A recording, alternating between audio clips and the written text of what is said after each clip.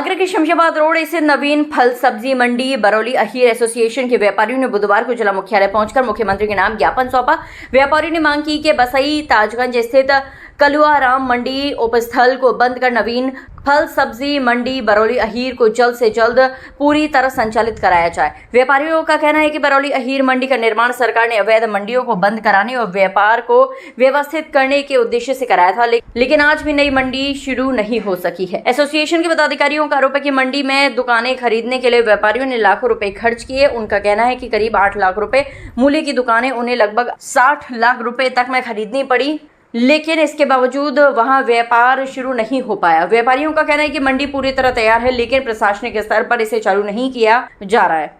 इससे व्यापारियों के साथ साथ किसानों को भी आर्थिक नुकसान उठाना पड़ रहा है। उन्होंने आरोप लगाया है कि एक और नई मंडी खाली पड़ी है, वहीं दूसरी ओर अवैध मंडी में कारोबार लगातार जारी है, जिससे सरकार की मंशा और नियमों पर भी सवाल खड़े हो रहे हैं। व्यापारियों ने चेतावनी दी है कि यदि जल्द उनकी मांगों पर कार्रवाई नहीं हुई तो वो बड़े स्तर पर आंदोलन करने के लिए मजबूर होंगे। फिलहाल व्यापारियों ने मुख्यमंत्री के नाम ज्ञापन सौंपकर नवीन फल सब्जी मंडी बरौली अहीर को तत्काल शुरू कराने और अवैध मंडी को बंद कराने की मांग की है। अब देखना होगा कि प्रशासन इस मांग पर क्या कदम उठाता है।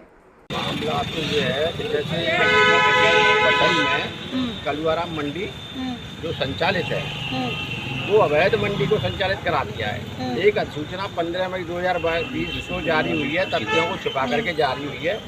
उसकी आड़ में अवैध मंडी को चलाया जा रहा है। उस अवैध मंडी को बंद कराने के लिए सरकार ने बरौली हरी मंडी का निर्माण कराया था, लेकिन जब बरौली हरी मंडी बन गई उसमें 8 लाख की दुकान 7-7 लाख रुपए में व्यापारियों ने हमने खरीदी और बोली के तहत ली, लेकिन उसमें व्यापार नहीं हो रहा है और अवैध मंडी को चलाया जा रहा है। अब कलुआराम की मृत्यु हो गई। जब कलुआराम की मृत्यु हो गई तो विधि के सिद्धांतों के अनुसार अधिसूचना स्वतः समाप्त हो गई, स्वतः निरस्त हो गई। फिर भी 6 महीने हो गए कलुआराम को मरे हुए, उस अवैध मंडी को संचालित कराया जा रहा है। जो कराया जा रहा है ये पता नहीं पड़ रहा है, ये ऐसा लग रहा है कि ये भ्रष्टाचार ज़्यादा ही पनप गया है सरकार में। मुझे तो ऐसा लग रहा है दबंगई से चल रही है। पहले भी इस मुद्दे को लेकर पहले भी चर्चा रहा है और बहुत सारे लोगों ने इस पर भी विरोध किया था और आज भी आप लोग विरोध कर रहे हैं। क्या है ये किसकी आड़ में किसका समर्थन है? ये समर्थन मुझे ऐसा लगता है या तो कोई राजनेता है, कोई फोन कर देता है अधिकारियों को कि नहीं वो तो चलेगी मंडी चलेगी, अवैध मंडी चलेगी, या तो कोई राजनेता है, या फिर मुझे ऐसा लग रहा है कि मंडी समिति दबा के भ्रष्टाचार में पनप रही है वो। और प्रत्येक अधिकारी कर्मचारी मुझे संलिप्त है। आप क्या चाहते हैं? हम ये चाहते हैं कि जब कलुआराम मंडी को हम बंद कराओ और बरौली हरी मंडी जो सरकारी मंडी बनी है, जब सरकारी मंडी में कम से कम 15 करोड़ का नुकसान सरकार का हो रहा है। 15 करोड़ रुपए और जमा करने हैं, 15 करोड़ हम व्यापारी दे चुके और 15 करोड़ अभी देना है, तो 15 करोड़ रुपए प्राप्त करने और पर डे कम से कम 2-2.5 लाख रुपए पर डे के राजस्व जाएगा, तो वो राजस्व पर डे 2.5 लाख रुपए। किन से मिलने आए हैं और क्या किन मांगों को लेकर? जिलाधिकारी महोदय से मिलने आए हैं। सिटी मजिस्ट्रेट साहब को ज्ञापन दे दिया था, आयुक्त महोदय को ज्ञापन दे दिया था। आंदोलन बराबर चल रहा है। आश्वासन मिला है? आश्वासन मिला है कि इसको बंद कराएंगे, कलुआराम मंडी को बंद कराएंगे, लेकिन अभी तक बंद नहीं हुई है। उसमें क्या है कि डीडीए साहब जो अनिल कुमार जी है ना, उप निदेशक महोदय, उन्होंने भी एक आदेश जारी कर दिया है कि मंडी बरौली को साफ सफाई कराएं और उसमें से उसको संचालित कराएं, लेकिन जू नहीं रह रही है। पता नहीं क्या है मंडी समिति के अधिकारियों को, तो केवल वो भ्रष्टाचार जो DK सिंह का एक पत्र आया है कि प्रक्रियाधीन को चलाएं। अरे उसका उत्तराधिकार प्रक्रियाधीन हो जाए, प्रक्रियाधीन हो जाए जब चलाए ना। जब प्रक्रियाधीन नहीं है और वो अभी उसकी सूचना क्लियर नहीं हुई है तो फिर भी उसका आदेश जारी कर दिया। ये आदेश विधि विरुद्ध है। मैं तो ये कह रहा हूँ कि उस आदेश को खंडन करके तुरंत ही उस मंडी को आज ही संचालित करें, क्योंकि सरकार का काफी घाटा हो रहा है। नहीं हुआ तो क्या करेंगे आप लोग? नहीं करेंगे, नहीं हुआ तो क्या करेंगे? क्योंकि ऐसे ही काफी समय से मुद्दे उठते आ रहे हैं, लेकिन अब तक वो मंडी बंद भी नहीं हुई है बहुत समय से।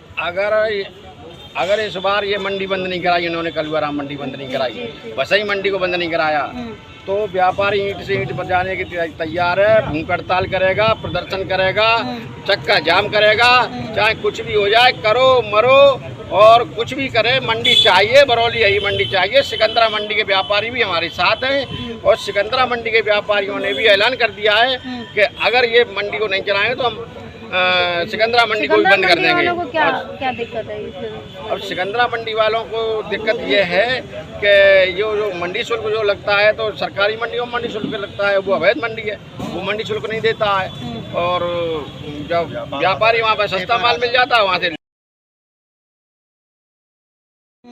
हम आज इसी उपलक्ष्य में आए हैं। बरौली के उपाध्यक्ष भी आए हैं, हमारी यूनियन के सारे पदाधिकारी भी आए हुए हैं। हमारा कहना ये है कि हमारी सिकंदरा मंडी में आज से जो 10 साल पहले जो व्यापार होता था वो घट गया 40% पर रह गया। जो हमारे यहाँ से कस्टमर माल लेके जाते हैं वो हमारी लाखों रुपए में रकम रोक के अवैध मंडी से माल ले रहे हैं। अवैध मंडी में हम वहाँ तगादा करने के लिए आते हैं तो हमें धमकियाँ, मारपीट की, जान से मारने की धमकी दी जाती है। वो उनके संरक्षण में हमारा रकम भी डूब रहा है। हम गवर्नमेंट को टैक्स देते हैं, वैसे ही जो अवैध मंडी है वो गवर्नमेंट को टैक्स नहीं दे रही, किसानों से अवैध पैसा वसूला जाता है और वहाँ पे बहुत पैसा अवैध शोषण किया जा रहा है। इसके अलावा हमारी जो मंडी है, हम जो टैक्स भरते हैं अपनी मेहनत की कमाई में से टैक्स भर रहे हैं, उससे हमारे पैसे से ये ग्रामीण क्षेत्र में जो मंडी के सदस्य पवन जी तो हैं, जो बाबूलाल चौधरी के बेटे हैं, उनका वो क्यों सामने नहीं आते? नहीं, साथ में हैं, सभी लोग साथ में हैं। वो किसी काम आज से आए हुए हैं। वो किसी काम से बाहर गए हुए हैं, वो आने वाले हैं। और वो क्या है, वो फ्रूट मंडी में है। ये हमारा आलू और प्याज के ये हरी सब्जी का मैटर ज़्यादा है। उसके बाद में क्या है कि जो हमसे पैसा जाता है अपनी मेहनत मजदूरी में से जो गवर्नमेंट को टैक्स देते हैं, उसमें क्या है कि हमारे पैसे से ये ग्रामीण क्षेत्र की जो सड़कें हैं ये सब टैक्स के पैसे से बनती है। किन मुद्दों को लेकर आज ज्ञापन दिया है, इनसे मुलाकात हुई है, क्या आश्वासन मिला? हमारी अभी 4-5 दिन पहले सचिव साहब से मुलाकात हुई, उसके बाद में हमारी सिटी मजिस्ट्रेट साहब से मुलाकात हुई है। 2 दिन पहले उन्होंने आश्वासन दिया था। हमने अपनी हड़ताल का 10 तारीख से हमारी अनिश्चितकालीन हड़ताल पर सिकंदरा मंडी जाएगी पूर्ण रूप से, जिसका जिम्मेवार शासन प्रशासन वो मंडी अधिकारी रहेंगे। जिसकी आपूर्ति बंद होने के कारण पूरा आगरा में होटल है, कैंटीन है, खाने पीने का सारी सुविधा में असुविधा होगी, उसका जिम्मेवार शासन प्रशासन है। ठीक है। सिटी मजिस्ट्रेट साहब ने हमसे ये कहा था कि हम आपको डीएम साहब से मिलवाएंगे। उनका फ़ोन गया था, उन्होंने बुलाया था कि डीएम साहब आपकी समस्या सुनेंगे।